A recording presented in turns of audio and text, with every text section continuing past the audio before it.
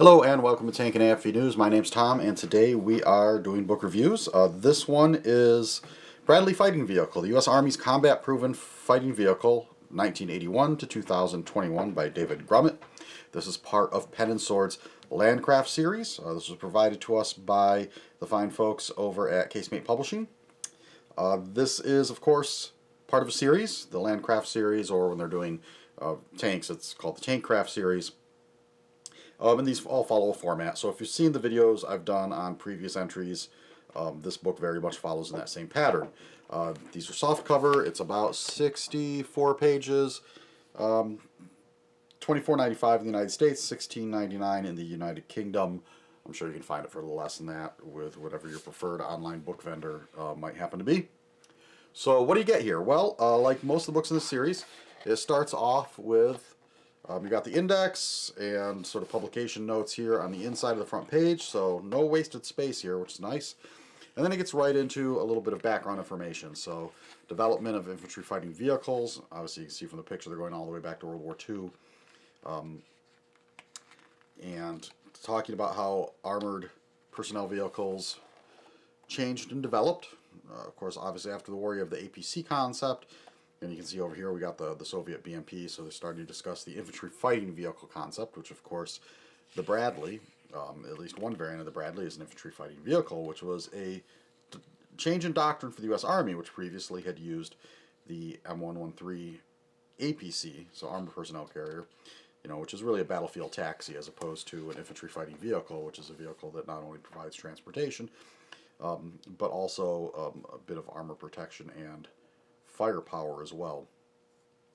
So here goes into the development of the Bradley. A fairly quick description of that, because anybody familiar with the Bradley knows that this was a vehicle with a rather long, stretched out development process that even inspired an HBO movie. And this, of course, is a very brief version of that. It all seems pretty good. The only thing that stuck out to me a little weird was when they refer to FMC as the Ford Motor Company, of course. In the context of U.S. Armored Personnel Carriers, FMC is Food Machinery Corporation.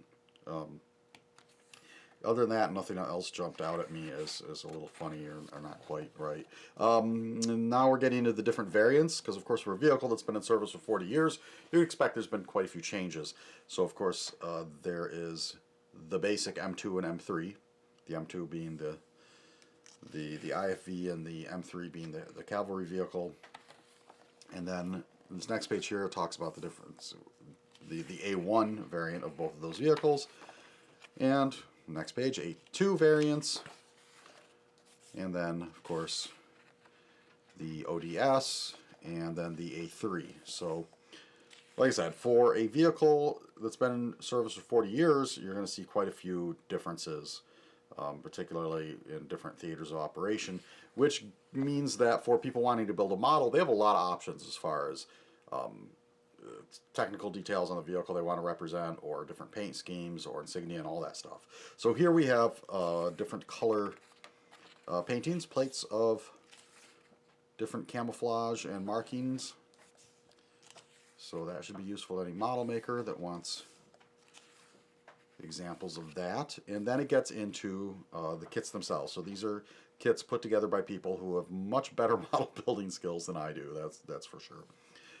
And so you can see this one here, which it looks like it's put together by the author himself.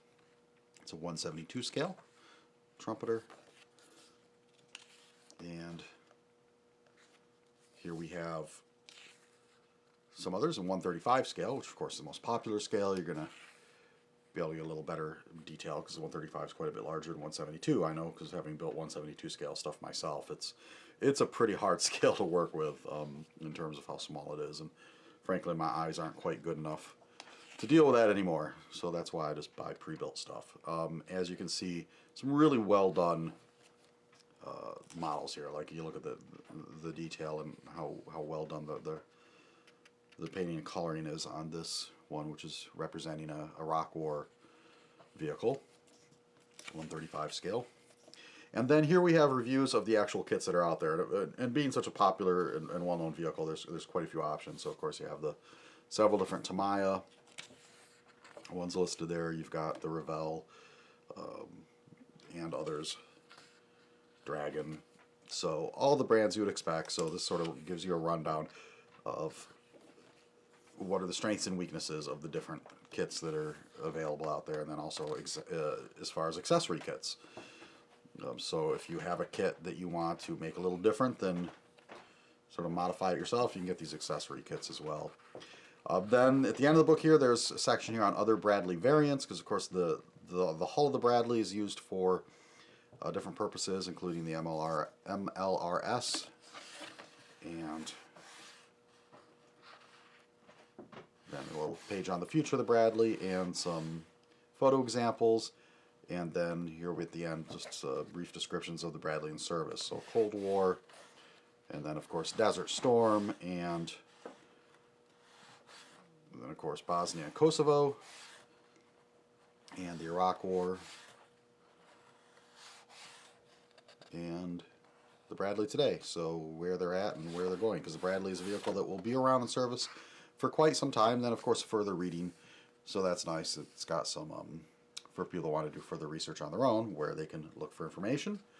Back page, advertisements for other books in the series, and that is it. So that is Bradley Fighting Vehicle, Landcraft number 9.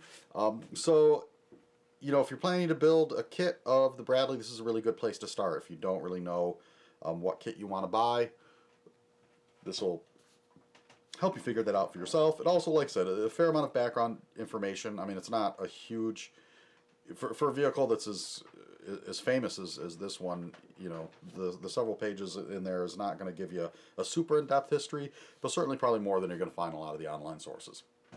So, yeah, like I said, I've always found these Landcraft and Tankcraft books to be enjoyable and useful additions to my own library. So if you are a modeler and looking to do a Bradley kit, this book's probably not going to steer you wrong. All right, thanks to the fine folks at Pen and Sword for sending me this copy, and we will catch you on the next one.